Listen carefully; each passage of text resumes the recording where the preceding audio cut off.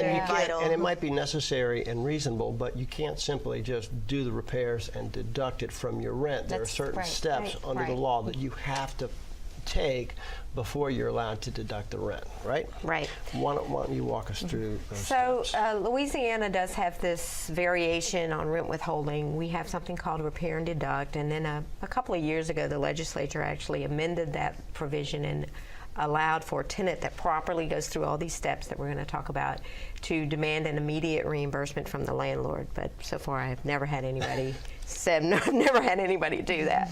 And so there's a number of steps. As Amanda mentioned, the repair has to be necessary. But in addition to being necessary, it has to be something that is the landlord's duty to repair. So this is where battles come.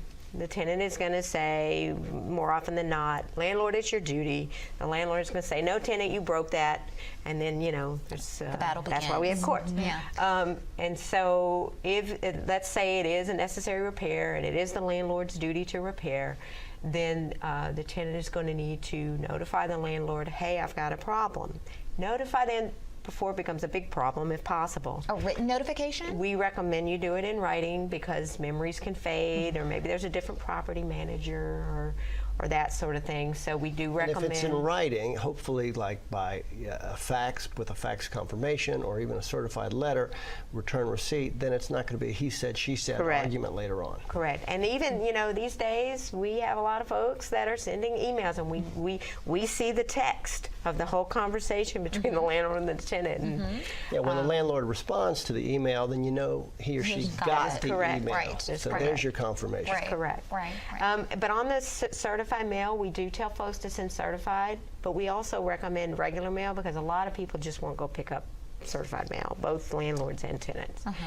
So then the next step, after you've gone through all that, after you notify the landlord, you have to give them a reasonable opportunity to try to fix it. And that's one of the areas of the law that drives people crazy. What the heck does that mean?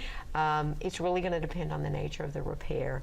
If it's an emergency item like no air in the summer, no heat, raw sewage backing up, you're probably talking about a very short window, like maybe 24 to 72 hours. But some of the case law on this, you know, sometimes it says 2 weeks. It just really depends on what it is. So after you've given the landlord the opportunity to make the repair, if they still do not do it, then that's at the point where you as the tenant can kind of take matters into your own hands. You don't get to just deduct. You have to actually repair and deduct. And then the repair that you did to the landlord's property, you have to make sure that the cost that you paid for it is reasonable.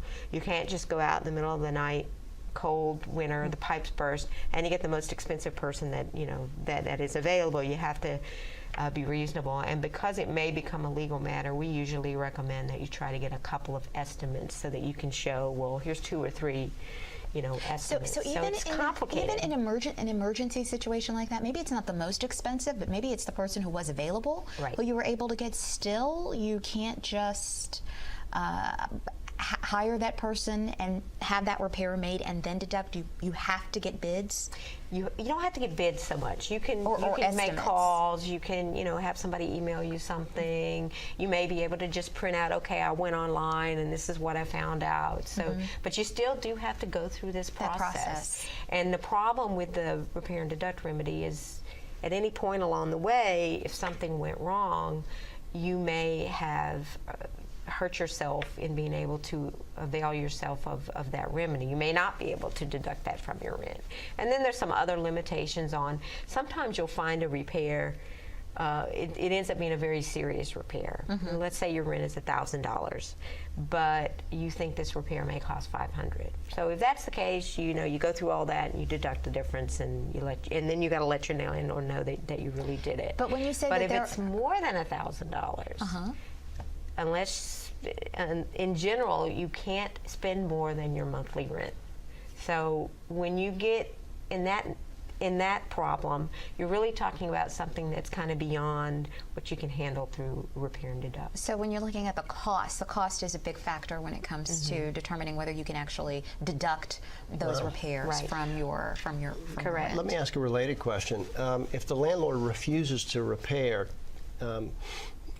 you'd also be able to argue that the landlord is in breach, and that would allow you to break the lease and go live somewhere else too. It could. It could. And I mean, if it's something that's significant. I mean, if it's right. if it's a drippy faucet in the second bathroom that you don't use that often, that might not be maybe a big enough deal. I don't know, but it seems like if the landlord refuses to make a repair, you should not be forced to take money out of your pocket. Right, and it's really going to depend on the severity. I mean, if you're talking about an electrical hazard, that's going to be a danger to you and your family. So, you know, you don't want to put yourself at that kind of risk, but you're going to have to really document. And that's one of the key things, is that documentation.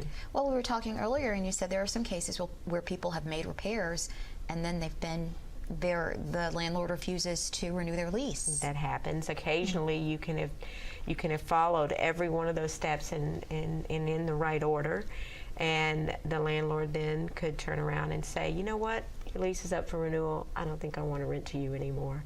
And if your lease is expired, or if you're on a verbal month-to-month lease, the landlord has the right to do that. And so that is always kind of something you want to keep in mind if you want to take that chance. Well,